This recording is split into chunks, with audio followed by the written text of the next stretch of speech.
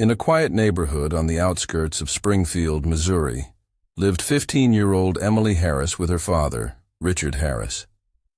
From the outside, their lives appeared ordinary.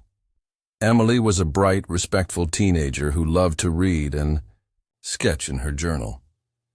Her teachers praised her discipline, her classmates admired her kindness, and neighbors described her as polite and quiet. She rarely missed school, stayed out of trouble, and often spent her weekends at the local library.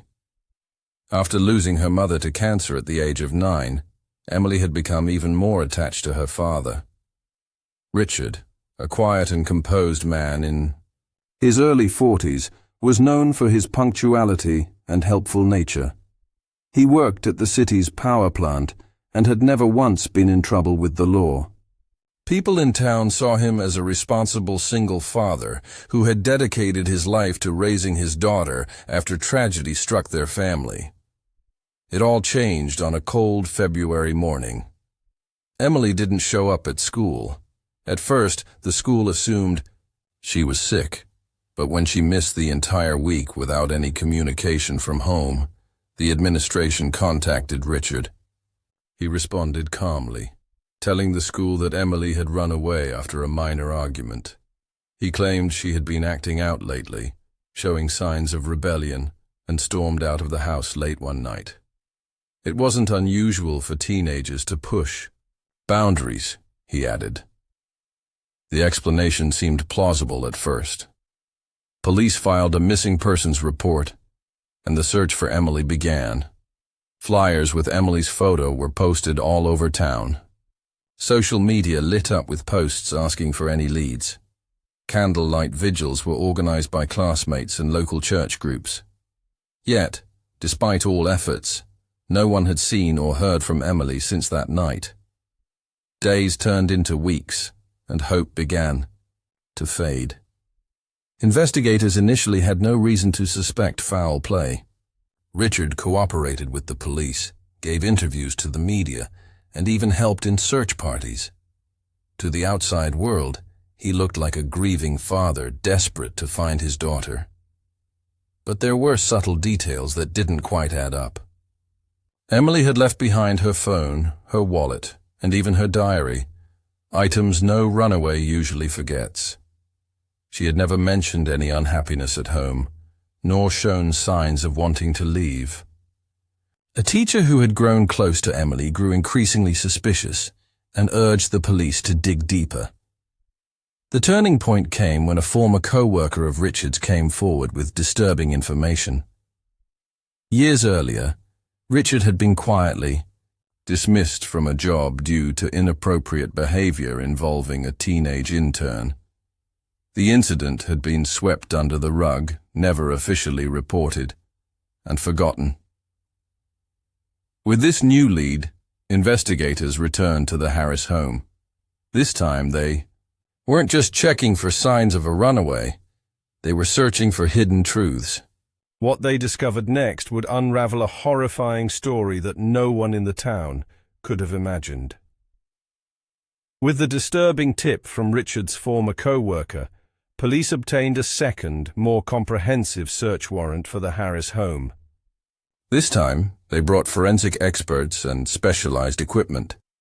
The house was carefully combed from top to bottom. Hours passed with nothing unusual found, until one officer noticed something odd about the basement floor plan. Behind a shelf of old paint cans and toolboxes, there was a wall that didn't align with the rest of the house's layout. It looked recently painted, and the drywall had a different texture than the surrounding surfaces. When officers knocked, the sound was hollow. They broke through the wall and uncovered a hidden door. Behind it was a narrow staircase leading to a soundproof room beneath the basement, a space no one in the neighborhood knew existed. What they found inside sent waves of horror through even the most experienced investigators. The room was bare except for a stained mattress on the floor, a small bucket, chains bolted to the walls, and a single light bulb hanging from the ceiling. The walls were covered with scratch marks and what appeared to be dried blood. In one corner was a locked cabinet filled with VHS tapes and notebooks labeled with dates. The contents of the tapes would reveal the unthinkable. For weeks, Richard had held Emily captive in that underground room. The tapes showed detailed, disturbing footage of her torture. She had not run away, nor had she simply disappeared. She had been there the whole time, beneath the house, in the dark, crying, pleading, suffering. Forensic teams analyzed the evidence, while psychologists were brought in to process the grim details of what they had discovered. Richard was arrested, at work the same day. When questioned, he remained emotionless, refusing to explain anything. In his garage, detectives also found recently purchased lime and digging tools, which led them to search the backyard. Beneath a metal tool shed, they discovered a shallow grave. Inside was a blue tarp wrapped around Emily's lifeless body. The autopsy confirmed she had been starved, beaten, and eventually strangled. As news of the discovery spread, the town fell into shock. The man who had once been seen as a model father had hidden a dungeon beneath his home and committed unspeakable acts against his own child. Former neighbors who had praised his quiet nature now recalled eerie memories. How he never allowed Emily to have friends over. How he was always watching her closely. How she seemed tense in his presence. The court proceedings were swift. The evidence was overwhelming. Richard's defense team attempted to argue insanity, claiming past trauma and mental illness, but the jury saw through it. He was found guilty on all counts: kidnapping, torture, rape, and murder, and sentenced to life in prison without the possibility of parole. The case left a scar on the community. Emily had been crying out in silence for weeks, only a few feet away from help.